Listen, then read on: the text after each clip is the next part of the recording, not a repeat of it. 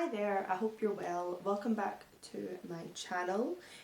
For today I'm just carrying on the series of 10 tips. So for today it's 10 tips on how to get the perfect headshots for you and your career. So yeah, let's get into it. So tip number 1, who are you and what do you want? Now you're probably thinking, Isel, what the hell are you on about? But seriously, who are you now? What sort of characteristics would you attribute to yourself? What's your sense of style? What do you typically wear? How do you do your hair? Things like that is what you're going to have to take into consideration versus what you want, what sort of roles you want, what those sort of characters are like, what they would typically wear, how they would behave, how they would style their hair.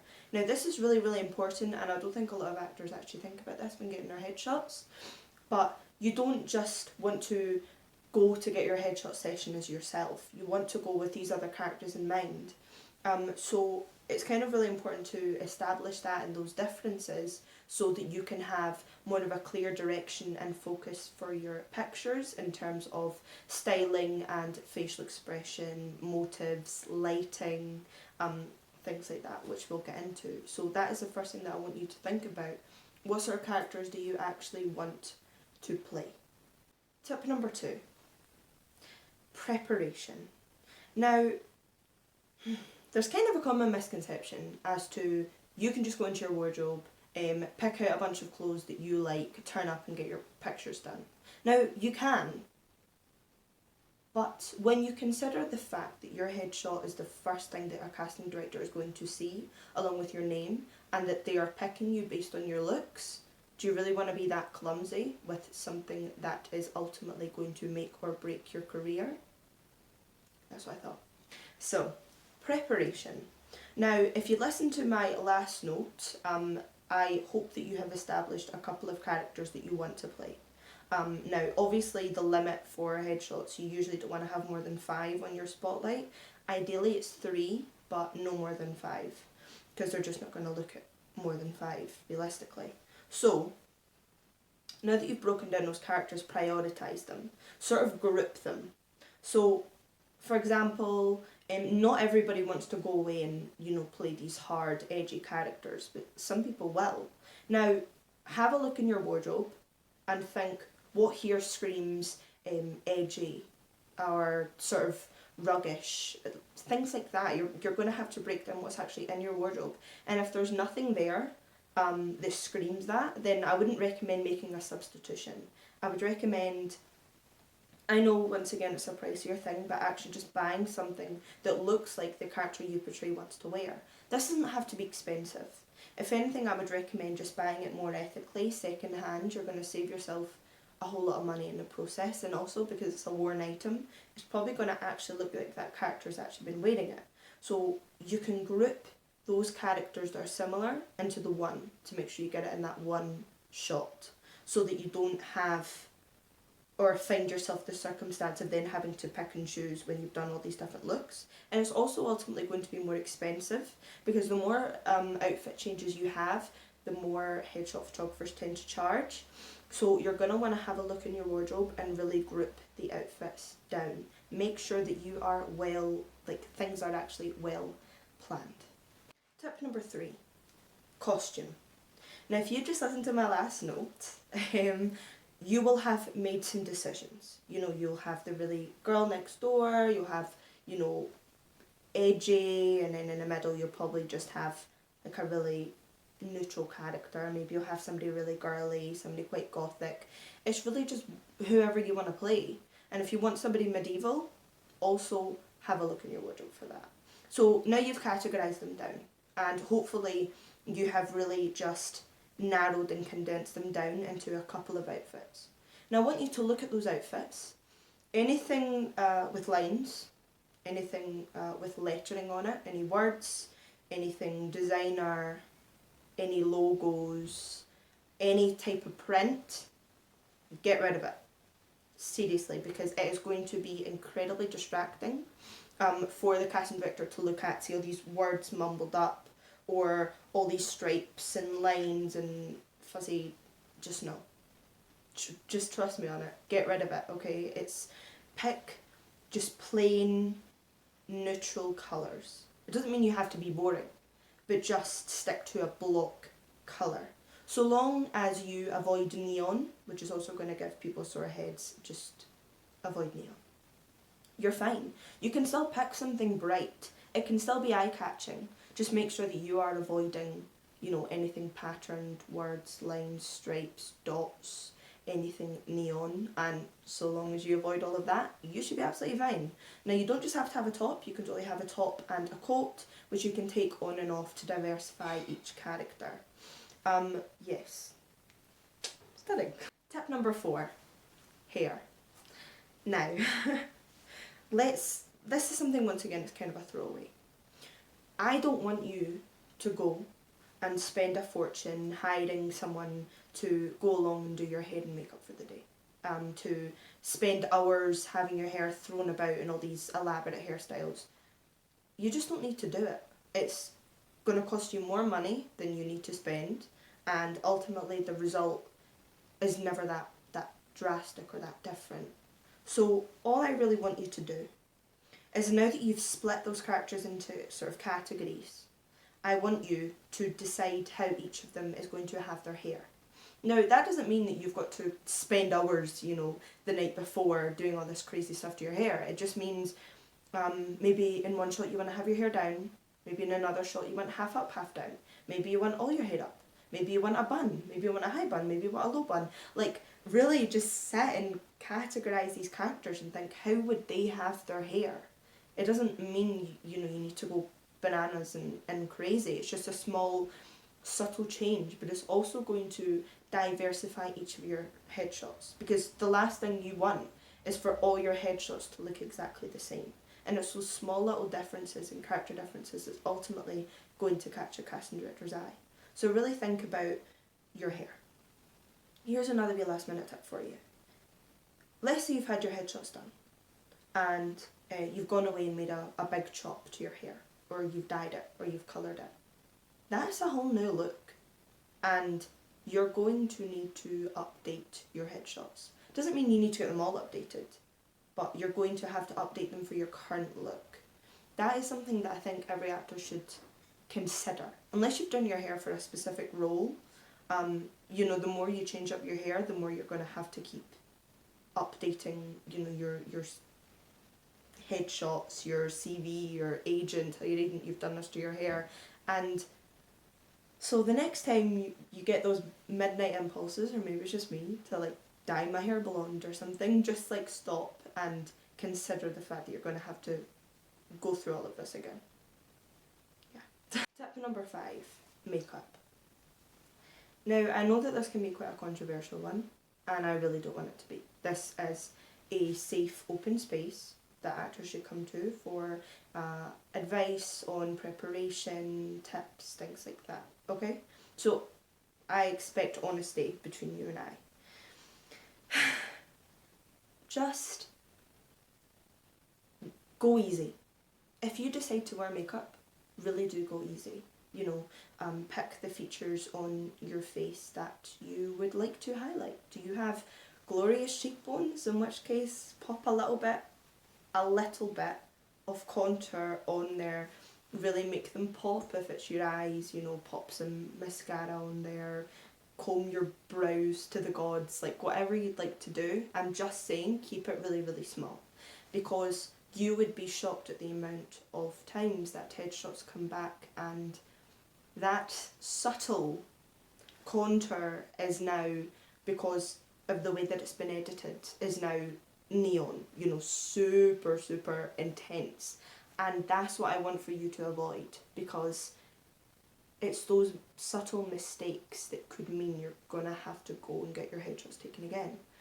Just remember the fact that by wearing makeup a lot of the time, it can age us. I'm not talking about like products themselves, I'm talking about in your headshots. They can age you considerably.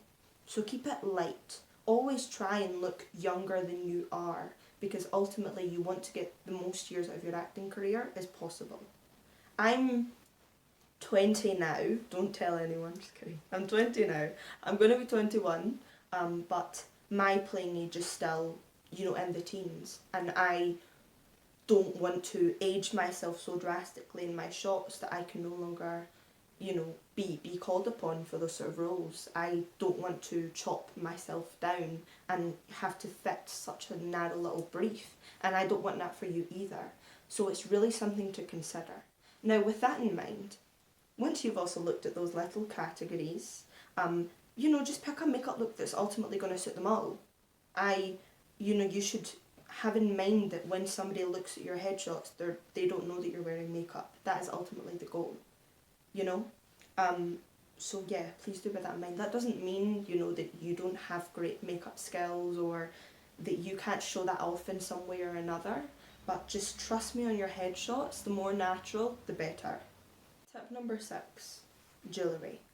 Now, this is one that, once again, people don't usually talk about, but it is important, you know, to address, because I want for you to leave this video and be completely confident when you go to get your headshots taken, what it is that you need to do and strive for. So, now that you've split into those little categories again, kind of go through them all. You know, I don't think it's necessary to wear earrings, and for the most part, I would personally discourage it. I don't want for in your photograph the attention to be drawn anywhere but to you, yourself. And sometimes I've seen a few headshots where the actor, you know, they're a stunning actor, they're absolutely gorgeous, but the attention is drawn from them to their massive earrings. Like these earrings I'm wearing today, I would just never wear them in a headshot because they are too big, and the casting director's probably wondering where I got my earrings from instead of like whether or not they should see me, because I'm, you know, taking the focus off of myself, which is why in previous notes I told you to avoid anything too big, drastic and obnoxious in terms of your clothing. I want you to bear that in mind as well when it comes to picking jewellery. I think you should avoid it. Full stop. I avoid it. Even though I've got my ears pierced, I don't wear jewellery in my headshots. My current headshots, the only jewellery I've got in is, here I had 2 little piercings, just little sort of balls that sadly hadn't healed in time and I had to get my headshot done, but you can't really see them because it's just teeny tiny. That was really the only exception. I took my nose piercing out for almost all of my shots. I mean, when it comes to, like for example, today I've got my septum flipped out, but I did not have that in any of my shots. But for example, for the edgy character, by all means, you know, unflip your septum, get your nose piercing in if you've got it, get, you know, because that suits the character. That's just really what I want you to think about and consider. If it's down to picking unnecessary jewellery, I would say avoid it at all costs. But once again, up to you and what characters you're trying to show off. I would recommend only putting jewellery in if the character actually demands it. Right? So, medieval character, you can avoid it. Girl Next Door, you can avoid it. Most characters, you can avoid it. But if you really wanted for someone quite edgy, to go for like little hoops or septum out or, you know, little facial piercings, that's when to do it. So that you can show that you've got them, but they're not in every single shot distracting from the main focus, which is you. Tip number 7. Indoor, outdoor, both. Now, this is something that I want for you to research in your own time and figure out what works for you, because ultimately they both have their own pros and cons, and I would prefer for you to pick one or the other instead of paying an absolute fortune to have both of them done. Because I have seen indoor and outdoor shots in packages go for upwards of $500, and I do not want you to make such a big gamble and spend that much money to have both, when ultimately the difference is not going to be that big, and having both isn't going to be the difference between getting the job or not getting the job. All that matters is that you get a great range of shots of you and different characters. So here's what I want you to do. Research both.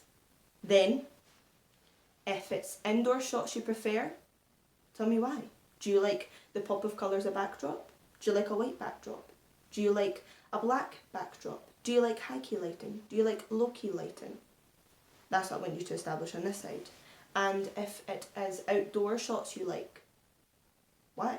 Do you like the brick walls as a background? Do you like lurking in the shadows with a sort of more sinister, cold look? Do you like being out in the sun for more of a radiant, bright look? Do you like having nature in the background? These are all things that you're going to have to consider. The whys. Why do you like it? And then what you're going to have to do is then take that in order to help you with this next step. Tip number 8. Research. Now, when it comes to picking a headshot photographer, there are so many things to bear in mind. But ultimately you're going to have to pick. You're going to have to pick one. You are just going to have to go with your gut on it, but find someone whose work you genuinely love and who you would really want to take your pictures.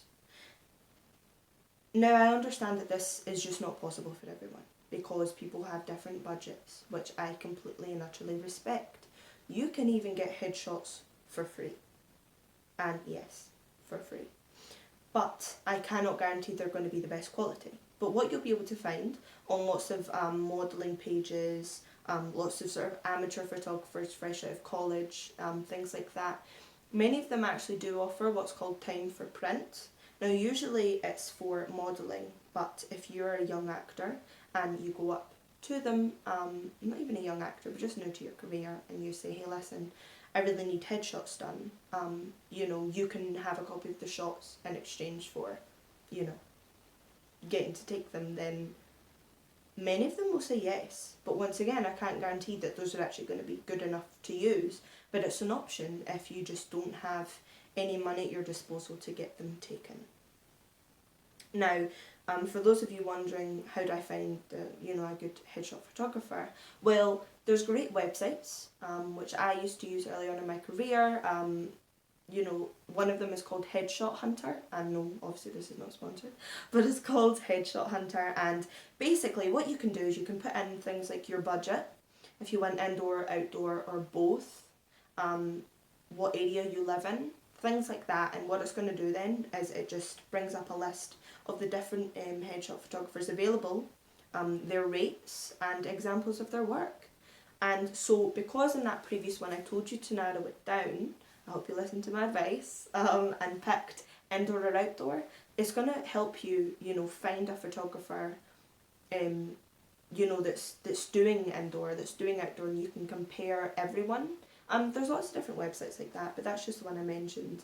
And make sure that you find a great photographer, but please, please, please do keep your budget in mind.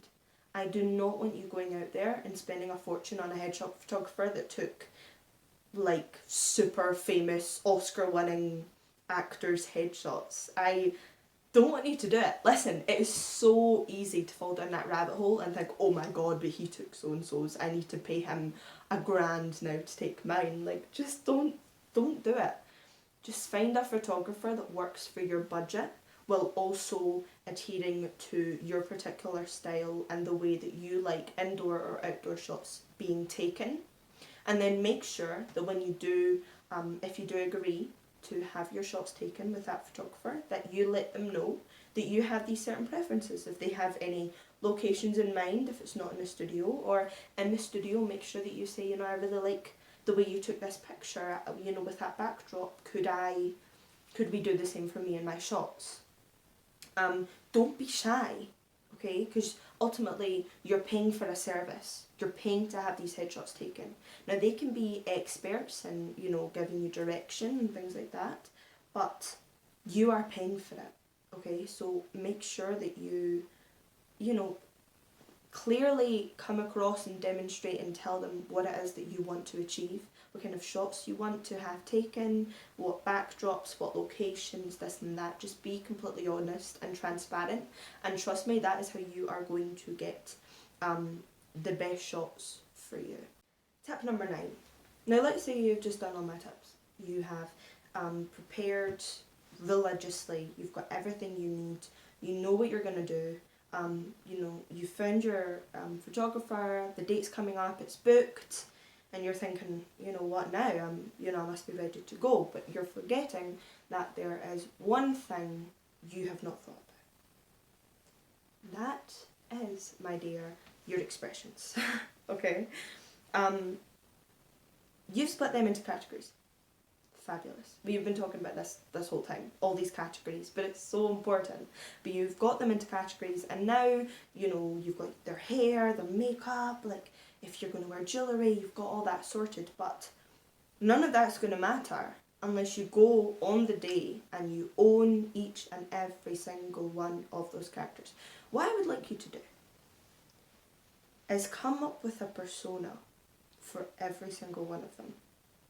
I want full character analysis, or as close as you can get it. You might be thinking, Isabel, why does that matter? And it does. Because when it comes to taking that shot, capturing that moment, that personality, capturing the fact that each and every single one of these characters is completely different, it's going to mean nothing if in every single shot you're just... See, I can't even take myself seriously. Or for the girl next door, you're just all smiles. Like that. Then what's the point in going through all this effort if you're going to get there and you're not going to be prepared to deliver on each and every single one of these characters? So I want you to genuinely break them down. What are their hobbies? What do they like? What are their dislikes? What pees them off? What makes them happy? What makes them sad?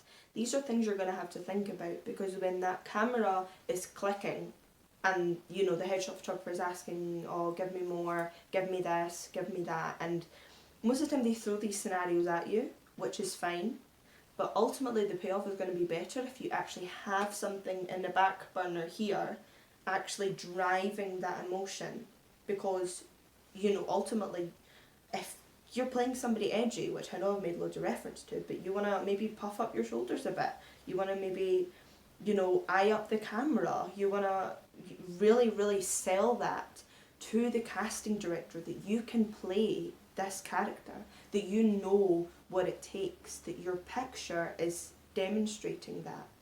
You really want to give these characters an actual life, capture that. Capture them in that moment, not just, you don't want to be another one of the generic headshots. You want to be the best headshot.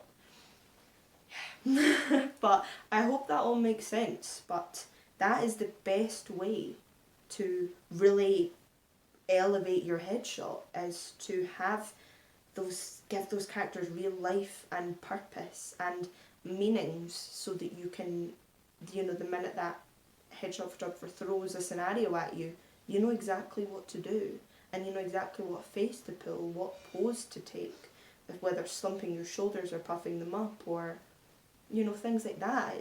It is going to make the difference. 10. Tip number 10. So you've had your headshots taken. You've got them. You're like, holy guacamole, why have they just sent me 400 pictures? How am I supposed to do this?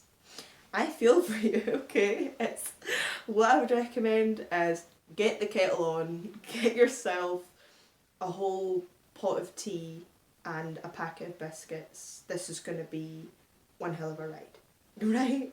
Seriously. Or get some coffee. Get some coffee and get ready, okay? Because there's no easy way to do this. But what I'm going to tell you is, once again, here I am with the categories, but get those categories on a piece of paper. Now, split those, you know, once you've got the pictures, you'll be able to see from things like outfit changes or changes of expression, or your hair, which is going to be that telltale of when you're switching.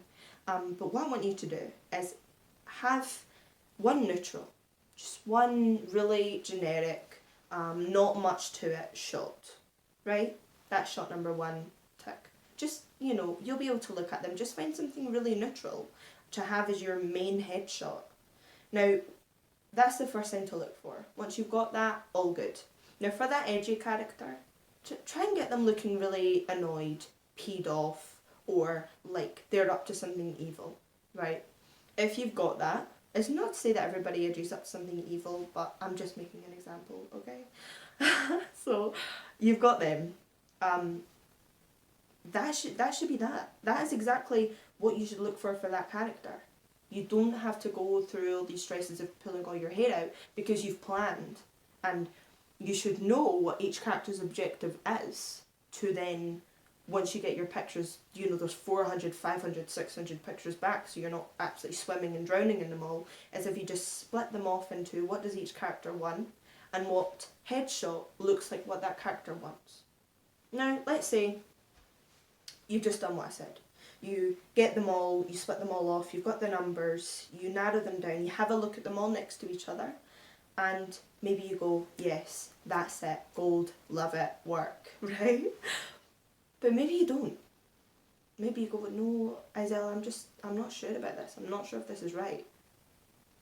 Then ask for a second opinion. When I had my last headshots taken, my agent said to me, Isella, send me all the pictures. I'm going to pick some. Because, you know, she just knows what she's doing and I trust my agent. I was like, sure. But I could also say, hey, listen, I don't really know which ones to pick here. And that's advice that she would give me and tell me, you know, Isella, for your specific career, this is what you should do. So if you have an agent, ask your agent. Say, hey, listen, is it alright if we go through these and you tell me what you think is best for my career? Or, if you don't want to do that, or you don't have an agent, then look at your friends that are actors. Do you have a friend who's a director? Do you have a friend that does casting? Do you have a friend that's a writer? Fire them away. Get some second opinions. If, you know, by all means do that. If you look at the pictures of the spreadsheet and you go, oh, I'm not sure. But I'm hoping that's not the case. But yeah, just know that you can ask for a second opinion if needed. Alright guys, so those were 10 tips for good headshots. I hope you enjoyed the video. I hope that helped. Once again, if you have any more questions, feel free to shoot me a DM or leave a wee comment, preferably down below, just asking. That way, if anybody else has the same question, then they will see my response down below. But yes, I hope you have a great rest of your day. Thanks so much for watching again. Bye!